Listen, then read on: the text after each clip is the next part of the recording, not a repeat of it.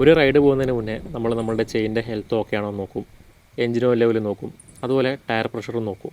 പക്ഷേ നമ്മുടെ overall riding എക്സ്പീരിയൻസിനെയും നമ്മളുടെ സേഫ്റ്റീനെയും ബാധിക്കുന്ന ആ ഒരു കാര്യം നമ്മളുടെ കൺവീനിയൻസിനനുസരിച്ച് ഒഴിവാക്കി കളയും. മറ്റൊന്നുമല്ല, നമ്മൾ ഒഴിവാക്കി കളയുന്ന ആ ഒരു കാര്യമാണ് നമ്മളുടെ ടയറിൻ്റെ ഹെൽത്ത് എന്നുള്ളത്. ടയർ ലൈഫും ടയർ ഹെൽത്തും രണ്ടും രണ്ടാണ്. കാരണം ടയറിൻ്റെ ആരോഗ്യം നമ്മൾ ഉപയോഗിക്കുന്ന പോലെ ഉണ്ടാവും. നമ്മളുടെ കയ്യിലിരിപ്പനുസരിച്ചാണ് നമ്മുടെ വണ്ടിയുടെ കണ്ടീഷൻ ഉണ്ടാവുക. ഇതിൻ്റെ ഒരു പ്രശ്നം എന്താണെന്ന് വെച്ചാൽ, നമ്മുടെ ടയർ കണ്ടീഷൻ നന്നായിരിക്കുന്ന സമയത്ത് നമ്മുടെ സ്റ്റെബിലിറ്റിയും ബ്രേക്കിംഗ് ഒക്കെ അത്യാവശ്യം നല്ലത് തന്നെയായിരിക്കും. പിന്നെ ടയറിന് തേയ്മാനം വരുന്നതിനനുസരിച്ച് നമ്മുടെ ബ്രേക്കിംഗ് ഒക്കെ ഗ്രാജുവലായിട്ട് കുറയും. ഇത് ഗ്രാജുവലായി കുറയുന്നതുകൊണ്ട് തന്നെ ഡെയിലി യൂസേഴ്സായ നമുക്ക് ഇത് പെട്ടെന്ന് മനസ്സിലാവില്ല.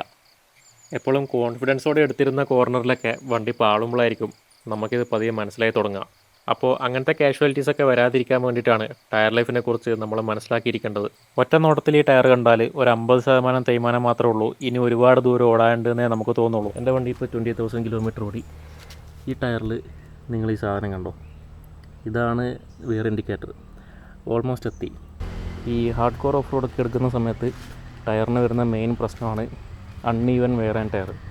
അപ്പോൾ ഞാൻ എൻ്റെ കോൺസെറ്റിനെ കുറച്ച് ബ്ലെയിം ചെയ്തിരുന്നു ലെഫ്റ്റ് സൈഡ് പുള്ളിങ്ങിൻ്റെ കാര്യത്തിന്. അപ്പോൾ കോൺസെറ്റ് മാറ്റിയിട്ടും ഈ ഒരു പുള്ളിങ് മാറിയിരുന്നില്ല. അപ്പോൾ അത് ടയറിൻ്റെ ഒരു ഇഷ്യൂ ഉണ്ടായിരുന്നു ഇങ്ങനൊരു പ്രശ്നം വന്നത്. അപ്പോൾ നിങ്ങൾക്കിത് നോക്കിയാൽ മനസ്സിലാവും, ഈ ത്രെഡ് കംപ്ലീറ്റ് ഫ്ലാറ്റാണ്, പക്ഷേ ഈ സൈഡിൽ ത്രെഡ് ഉണ്ട്. അപ്പം ഇത് ശരിക്കും ഈ ഒരു തേയ്മാനം വെച്ചിട്ട് വണ്ടി റൈറ്റ് സൈഡിലോട്ടാണ് പോകേണ്ടത്, എന്തുകൊണ്ടാണ് ലെഫ്റ്റ് സൈഡിലേക്ക് പോകുന്നതെന്ന് അറിയില്ല. സോ ഇനി ഞാൻ ബാക്ക് ടയർ കാണിച്ചു തരാം.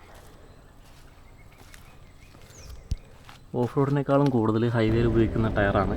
പക്ഷേ വണ്ടിയുടെ അത്യാവശ്യം കോർണർ ചെയ്യുന്നതാണെങ്കിൽ കൂടിയും ടയറിൻ്റെ സൈഡിലുള്ള വെയർ വളരെ കുറവും സെൻറ്ററിലുള്ള വെയർ കൂടുതലുമാണ്. ഇത് നമ്മൾ ഓഫ് റോഡിൽ ടയർ സ്പിന്നേച്ചെടുക്കുന്നതുകൊണ്ടാണ് ഇങ്ങനത്തെ കട്ടിങ്സും കാര്യങ്ങളും വരുന്നത്.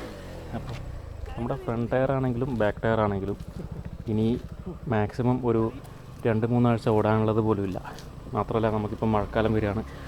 അതുകൊണ്ട് ഈ ടയേഴ്സ് ഇട്ടിട്ട് നമുക്കിനി റോഡിലാണെങ്കിലും ഓഫ് റോഡിലാണെങ്കിലും നല്ല പെർഫോമൻസ് കിട്ടില്ല, അതുപോലെ തന്നെ സേഫും അല്ല. സോ ഞാൻ പറഞ്ഞു വരുന്നത്, ടയറിൻ്റെ കട്ട വെച്ചിട്ട് ഒരിക്കലും ടയർ ലൈഫിനെ ജഡ്ജ് ചെയ്യാൻ പാടില്ല. നമ്മൾ ശരിക്കും ഈ വിയർ ഇൻഡിക്കേറ്റർ നോക്കണം. നമ്മുടെ റിയർ ടയറിൻ്റെ വിയർ ഇൻഡിക്കേറ്ററും തേയ്മാനം വന്ന് പോയി, ആ ഒരു അവസ്ഥയിലാണുള്ളത്. അപ്പോൾ ശരിക്കും ഒരു ഡുവൽ സ്പോട്ട് ബൈക്കൊക്കെ ഉപയോഗിക്കുന്നവരാണ് നിങ്ങളെങ്കിൽ, അല്ലെങ്കിൽ അത്യാവശ്യം ഓഫ് റോഡൊക്കെ പോകുന്നവരാണെങ്കിൽ നിങ്ങൾക്ക് എപ്പോഴും ഉള്ളൊരു സംശയമായിരിക്കും ഏത് ടയറാണ് ചൂസ് ചെയ്യുക എന്നുള്ളത്. നമ്മുടെ കമ്പനി ടയർ വരുന്നത് MRF ആണ്. സ്റ്റോക്ക് ടയർ ആയതുകൊണ്ടാണെന്ന് അറിയില്ല, ഇത്രയും അബ്യൂസ് ചെയ്തിട്ടും ഏകദേശം 20,000 കിലോമീറ്റർ വരെ ലൈഫും കിട്ടി. പക്ഷേ ഓഫ് റോഡ് ഗ്രിപ്പ് ആണെങ്കിലും നമ്മുടെ ബ്രേക്കിംഗ് ആണെങ്കിലും കുറച്ച് മോശമായിട്ടാണ് ഫീൽ ചെയ്തത്. ടയർ റബ്ബർ കുറച്ച് ഹാർഡായിട്ടും എനിക്ക് ഫീൽ ചെയ്തു. നിങ്ങൾക്ക് ആർക്കെങ്കിലും ഇങ്ങനെ ഫീൽ ചെയ്തിട്ടുണ്ടെങ്കിൽ ജസ്റ്റ് ഒന്ന് കമൻറ്റ് ഇടുക. നിങ്ങൾ ടയർ എടുക്കാൻ പോകുമ്പോൾ ബ്ലൈൻഡായിട്ട് ഏതെങ്കിലും ഒരു ടയറിലേക്ക്, അതായത് ഡയറക്റ്റ് ടയർ ഷോപ്പിൽ പോയി അവരോട് ചോദിച്ചൊരു ടയറിലേക്ക് സ്വിച്ച് ചെയ്യാൻ പാടില്ല. നിങ്ങൾ ചെയ്യേണ്ട കാര്യം എന്താണെന്ന് വെച്ചാൽ നിങ്ങളുടെ യൂസേജ് അനലൈസ് ചെയ്യുക. ഇപ്പോൾ എൻ്റെ യൂസേജ് എങ്ങനെയാണെന്ന് വെച്ചാൽ, ഞാൻ കൂടുതലും ഹൈവേയിൽ റൈഡ് ചെയ്യുന്ന ആളാണ്. അധികവും ഞാൻ നമ്മുടെ വണ്ടി ടൂറിങ്ങിന് വേണ്ടിയാണ് യൂസ് ചെയ്യുന്നത്. പക്ഷേ എൻ്റെ ഫ്രണ്ട്സിൽ കൂടുതൽ പേര് ഓഫ് റോഡൊക്കെ പോകുന്നവരാണ്. അപ്പോൾ ഒക്കേഷനിൽ ഞാൻ അവരുടെ കൂടെ ഓഫ് റോഡും പോകാറുണ്ട്. അപ്പോൾ ഓഫ് റോഡ് പോകുന്ന സമയത്ത് അത് ജസ്റ്റ് നോർമൽ ട്രയൽസ് ആയിരിക്കില്ല, അത് നല്ല ഹാർഡ് കോർ ഓഫ് റോഡ് തന്നെയായിരിക്കും. ഞാൻ നിങ്ങൾക്ക് വീഡിയോ കാണിച്ചു തരാം, ഈ വീഡിയോയിലുള്ള പോലെ. അപ്പോൾ നമ്മുടെ ടയേഴ്സ് എന്ന് പറഞ്ഞാൽ ഓഫ് റോഡ് സെൻട്രിക് അല്ലെങ്കിൽ ഓവർ ഹീറ്റാവും, ഇതുപോലെ കിടന്ന് കറങ്ങുന്ന സമയത്ത്. അങ്ങനെ ഓവർ ഹീറ്റാവും, അധികം റോക്കി സർഫസും കാര്യങ്ങളൊക്കെ ആയിരിക്കും.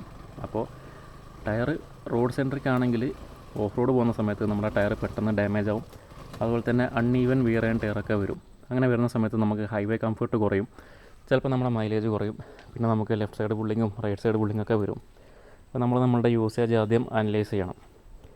എൻ്റെ യൂസേജ് വെച്ചിട്ട് ഞാനൊരു 80% റോഡും 20% ഓഫ് റോഡുമാണ്. അങ്ങനെയാണെങ്കിൽ തന്നെ എൻ്റെ 20% ഓഫ് റോഡ് എന്ന് പറഞ്ഞാൽ ഹാർഡ് കോറാണ്. അപ്പോൾ ഈ ഒരു സിറ്റുവേഷനിൽ എനിക്ക് പറ്റിയ ടയർ ഞാൻ എൻ്റെ 1 മാസത്തെ റിസർച്ചിൽ കണ്ടുപിടിച്ചത് അപ്പോളോയുടെ ട്രാംബ്ലറാണ്. ട്രാംബ്ലറിൻ്റെ തന്നെ 2 വേരിയൻ്റ് ഉണ്ട്.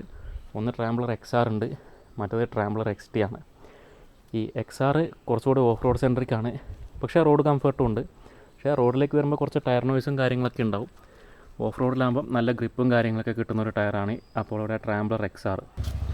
അപ്പോൾ കൂടുതൽ ഓഫ് റോഡും കുറവ് ഓൺ റോഡും പോകുന്നവരാണെങ്കിൽ അപ്പോളോയുടെ ട്രാംബ്ലർ XR നിങ്ങൾക്ക് ചൂസ് ചെയ്യാൻ പറ്റുന്ന ഒരു ഓപ്ഷനാണ്. ഇപ്പം എൻ്റെ പേഴ്സണൽ യൂസേജിനാണെങ്കിൽ അപ്പോളോയുടെ ട്രാംബ്ലർ ST ആണ് ഞാനിപ്പം യൂസ് ചെയ്യാൻ പോകുന്നത്. കാരണം ST അത്യാവശ്യം ഗ്രിപ്പുള്ള ടയറാണ്. അതായത് ഒരു 20% ഓഫ് റോഡൊക്കെ നമുക്ക് ഈസി ആയിട്ട് ഹാൻഡിൽ ചെയ്യാം. നമ്മുടെ V-Stormൻ്റെ ഫ്രണ്ട് വീൽ സൈസ് കുറച്ച് ഓക്വേർഡ് സൈസാണ്. 119R19 എന്ന് പറഞ്ഞൊരു സൈസാണ്. ഇത് ഓഫ്ലൈൻ സ്റ്റോറിൽ ഞാൻ അന്വേഷിച്ചിട്ട് എനിക്ക് കിട്ടിയില്ല. അതുപോലെ തന്നെ ഓൺലൈൻ നോക്കിയിട്ടും എനിക്ക് ആകെ കണ്ടുപിടിക്കാൻ പറ്റിയത് റേസിൻ്റെ മാത്രമാണ്. അപ്പോൾ വേറെ ഓപ്ഷൻ ഇല്ലാത്തതുകൊണ്ട് തൽക്കാലം ഞാൻ റേസുമായിട്ടാണ് ഫ്രണ്ട് വീൽ പ്രൊസീഡ് ചെയ്യുന്നത്. റിയറിൽ എനിക്ക് കിട്ടിയ ടയർ ഫ്രണ്ടിലും കൂടി ഉണ്ടായിരുന്നെങ്കിൽ, ആ കമ്പനി അത് മാനുഫാക്ചർ ചെയ്യുന്നില്ല, ഫ്രണ്ടിലും കൂടി ഉണ്ടായിരുന്നെങ്കിൽ നല്ലൊരു ടയർ സെറ്റപ്പ് ആവുമായിരുന്നു അത്.